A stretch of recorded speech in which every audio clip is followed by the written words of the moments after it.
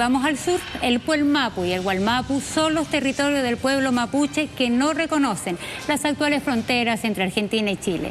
Sin embargo, en ambos países sus tierras fueron usurpadas por transnacionales, que junto a los estados criminalizan las demandas de recuperación territorial y establecen al pueblo mapuche como un enemigo interno. Viajamos al Cono Sur porque uno de los dirigentes mapuches más importantes en Chile recibió a Telesur en exclusiva, en medio de una investigación policial que podría encarcelarlo nuevamente.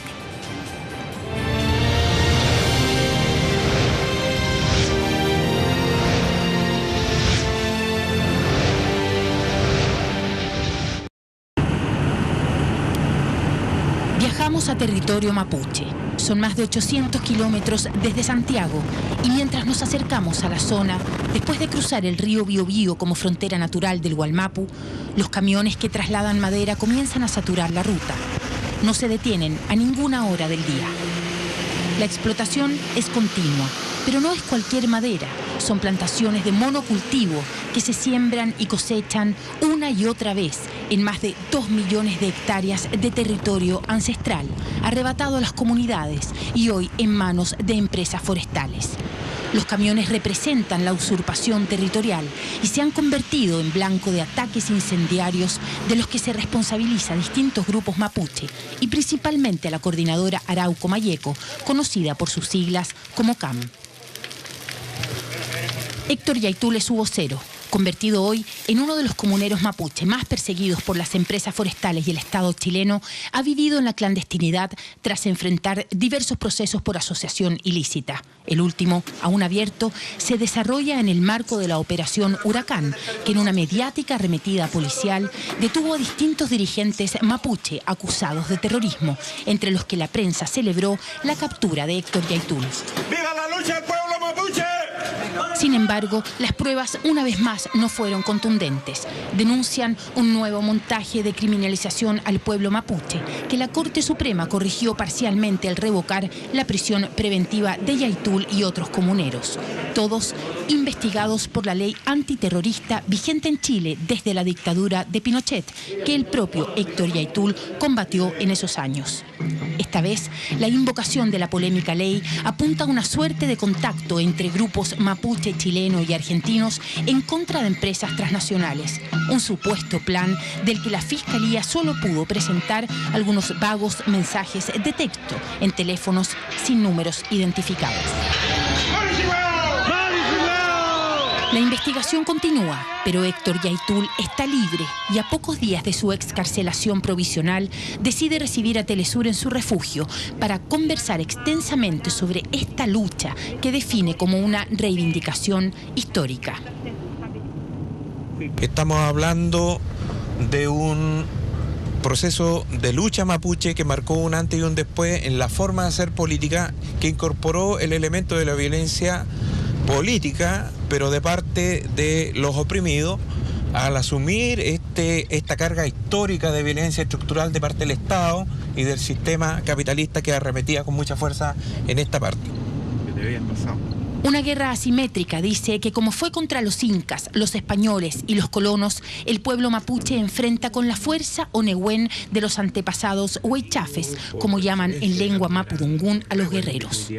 Esta vez la lucha es contra el capitalismo, que dice tiene a su mejor aliado en los estados que promueven y protegen a las empresas para que exploten las tierras ancestrales que, asegura, están dispuestos a recuperar a cualquier costo. Esto está en recuperación. Claro, esto pertenecía a... Nos internamos en los caminos de las antiguas reducciones indígenas en el borde del lago Yeuyeu. Ahí, Héctor Yaitul nos guía hasta su cabaña, convencido de que el continente latinoamericano tiene que conocer de primera fuente cuál es la lucha del pueblo mapuche. Juan Pablo Araneda y Paola Dragnik, Telesur, Chile. A continuación les presentamos una entrevista con el líder mapuche Héctor Yaitul, vocero de la coordinadora Arauco Mayeco, quien se referirá a las causas que promueven la violencia del Estado contra las comunidades mapuche. Veamos. Se construyó siempre en el imaginario colectivo de los invasores esta idea de que los mapuches éramos una suerte de raza inferior, una calidad de subhumanos, incluso sin alma, sanguinarios, más allá de primitivos u otros calificativos, llenos de prejuicios, y se instaló esas creencias, esos prejuicios, lo que hoy día se denomina el estigma, para poder de alguna manera avanzar y atropellar. Posteriormente, cuando ya se plantea la ocupación de la Araucanía para anexarla a la construcción o la formación del Estado-Nación chileno, se define una línea político-militar de arremetida en contra de nuestro pueblo, lo que se conoce como la pacificación de la Araucanía. Bueno, en Chile se conoce como la pacificación de la Araucanía y en Argentina se conoce como la campaña del desierto. Dos arremetidas de dos estados, una vez liberados ellos o independizados de las metrópolis españolas, deciden conformar sus estados-naciones con la incorporación a la fuerza de los territorios mapuches. El territorio mapuche era uno solo, que comprendía esta parte del Gulu Mapu, o lo que hoy día es Chile, y del Puel Mapu, que hoy día se conoce como Argentina. Pero eso era, la nación mapuche era una sola en aquel entonces. Estamos hablando de la pérdida o de la usurpación territorial de aproximadamente un 90 a un 95% del territorio de nuestros ancestros en totalidad, digamos, ¿ya? De más de, se habla de entre 10 a 30 millones de hectáreas que poseía nuestro pueblo, controlada, habitada y bajo control, digamos, del mundo mapuche. Se habla también de una masacre de gente de alrededor de entre 300 a 600 mil personas en esa avanzada militar, un genocidio. Ahí comienza una devastación de los bosques nativos, empieza el control de las mejores tierras de parte de ellos, o sea, el territorio se reparte como tierra fiscal de parte del Estado, pero principalmente la tierra la incorpora la oligarquía para sus latifundistas. Y ahí empieza el sistema del latifundio que se conoce hasta los días de hoy, ¿ya? Y es la historia que se cuenta en el fogón, en las casas de nuestras comunidades, de los atropellos que cometían los colonos y que está muy vigente en la historia, en la memoria colectiva de nuestras comunidades.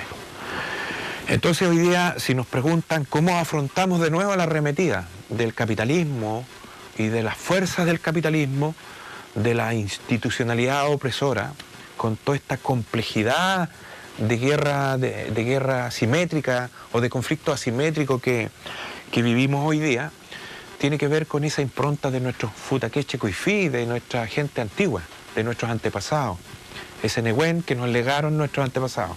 Nosotros decimos, algo de sangre tenemos que traer de esos grandes guerreros de antaño. El pueblo nación mapuche hoy día que se levanta, que reemerge, está viviendo aún en un territorio usurpado territorialmente, hoy de mano del sistema de propiedad usurpada, de los grupos económicos, y viviendo procesos de inversión capitalista que arremeten incluso con las comunidades mapuches, ¿ya? Nosotros, así, para graficar, tendríamos un aproximado de 600.000 hectáreas, todas las comunidades mapuches, alrededor de 3.000 comunidades mapuches. Imagínate que solo la inversión forestal tiene alrededor de 4 a 5 millones de hectáreas en el Gualmapu. Es decir, una cantidad enorme de tierra, a diferencia de lo que nosotros tenemos en su totalidad como mapuche. Estamos hablando de que aquí todavía no hay justicia en materia de territorio, en materia de autonomía para el pueblo nación mapuche. Esa es la realidad. Y estamos confrontando con el discurso oficial del Estado chileno que dice que ha devuelto tierra, que ha hecho justicia al pueblo mapuche. Eso es absolutamente una falacia, eso es una mentira. Entonces, si nos preguntan nosotros, ¿qué pasa hoy día en el Gualmapu?